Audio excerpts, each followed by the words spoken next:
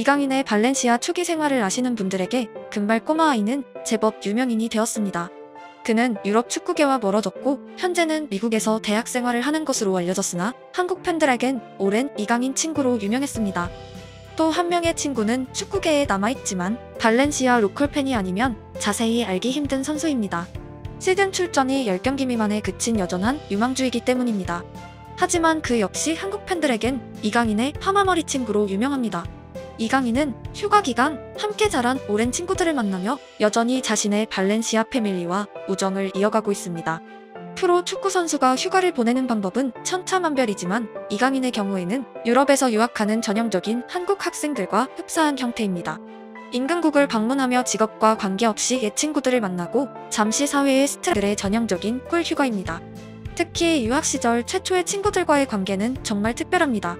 눈물 젖은 빵을 함께 먹은 관계이기 때문입니다. 그들이 있어 한국으로 돌아가지 않았다고 말해도 과언이 아닐 만큼 평생 간직할 소중한 사람들입니다. 사진의 3명은 전혀 다른 인생을 살고 있습니다.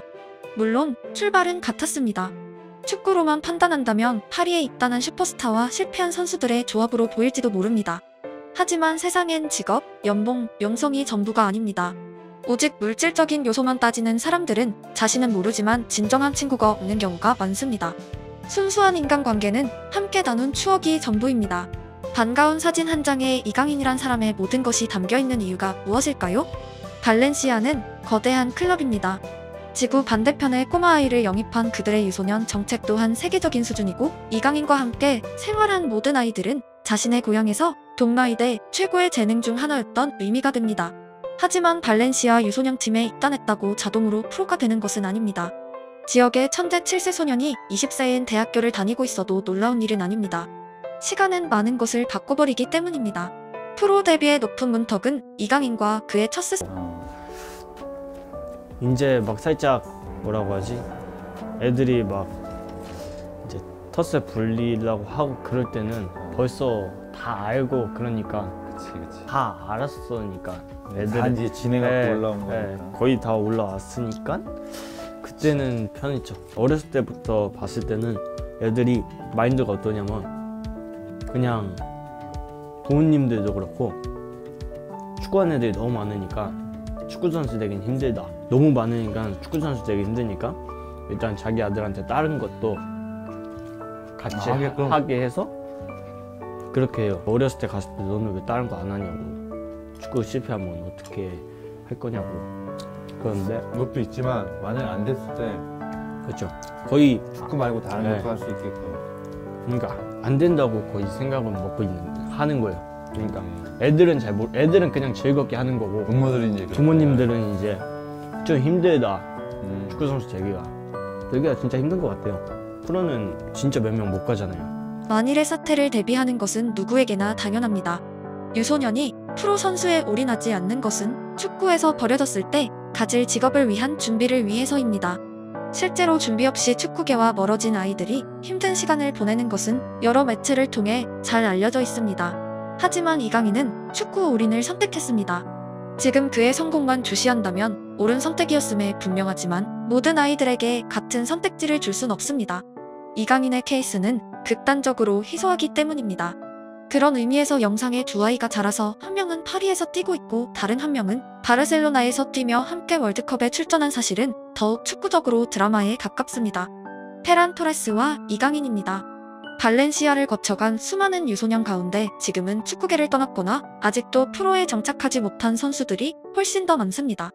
잘하는 아이들만 모은 팀에서도 몇 명만 살아남는 무대가 유럽 빅리그입니다.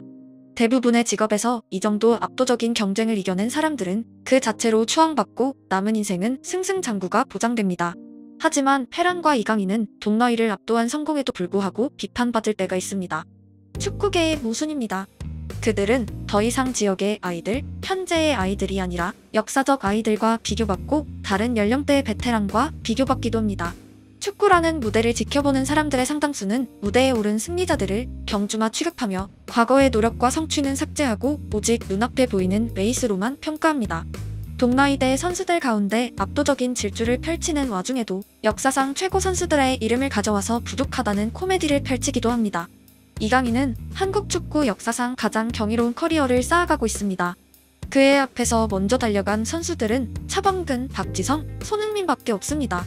무려 100년 역사의 한국 축구에서입니다.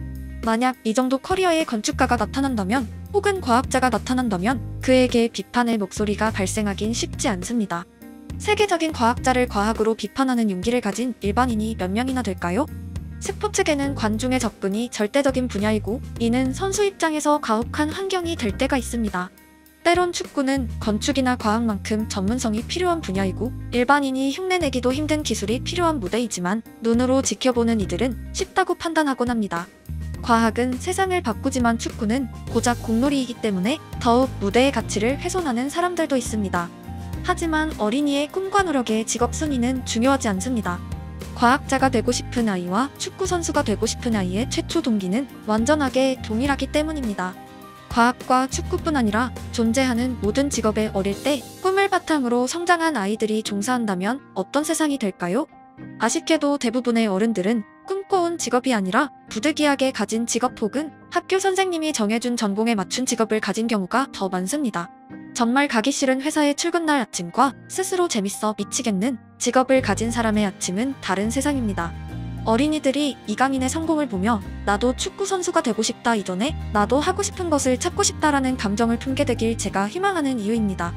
그런 의미에서 이미 자신의 길에서 비교 대상이 부족할 정도로 성취한 이강인의 인생이나 축구를 비판하는 어른들을 보면 더욱 안타깝습니다. 인터넷 월드는 꿈과 희망의 세계가 아니라 각박하고 어둡다는 느낌도 함께입니다. 우연히 만난 3명의 꼬마들은 축구라는 하나의 공통점으로 이어졌습니다. 함께 울고 웃고 이기고 지며 매년 키가 자라는 서로를 지켜봤습니다. 그들에겐 국가도 문화도 인종도 중요하지 않았습니다. 친구이기 때문입니다. 청년이 된 세 친구는 다시 한번 만났고 활짝 웃고 있었습니다. 여전히 그들은 친구이고 어릴 적 추억 이야기만으로 며칠을 밤샐 수 있는 청년들입니다. 인생이란 측면에선 3명은 동등하게 노력하고 있고 모두가 행복하고 성공했습니다. 하지만 축구라는 측면에선 어떨까요?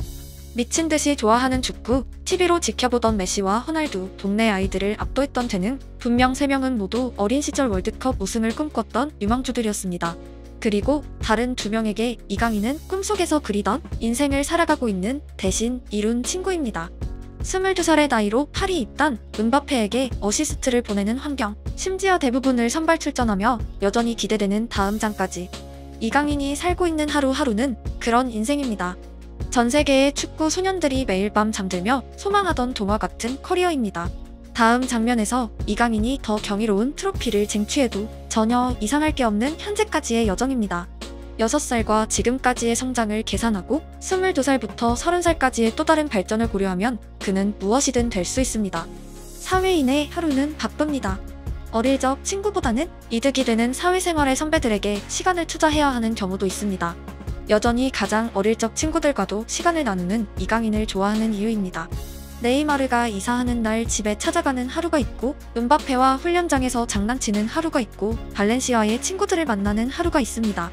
이강인은 클럽과 동료의 명성만 바뀌었지 언제나 주변인과 소통하고 교감하는 슛돌이 그대로입니다. 그냥 옆에 있어서 친구가 되었는데 그게 네이마르, 은바페일 뿐입니다. 한결같다는 것은 그의 남은 축구 인생 또한 한결같을 거란 희망의 이유입니다.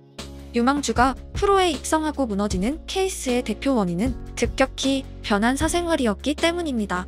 도르트문트 시절 제가 홀란드, 벨링엄보다 좋아했던 산초의 오늘 사진을 보며 그저 할 말을 잃었습니다. 벨링엄은 세계 최고의 선수가 되어가고 있습니다. 불과 몇 년 전 도르트문트의 산초가 정말 벨링엄보다 절대적으로 부족한 선수였나요? 오히려 그의 이름이 유망주 랭킹에서 앞서 있는 경우도 많았습니다. 반대로 이강인 같은 선수가 더욱 잘 되길 응원하게 되고 그의 미래를 더욱 기대하게 되는 이유입니다.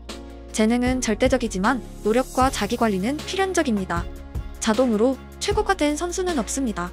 그는 전형적인 성공한 축구인의 많은 것을 가지고 있고 누가 뭐라든 미래 이강인의 발롱도르 포디움을 응원합니다.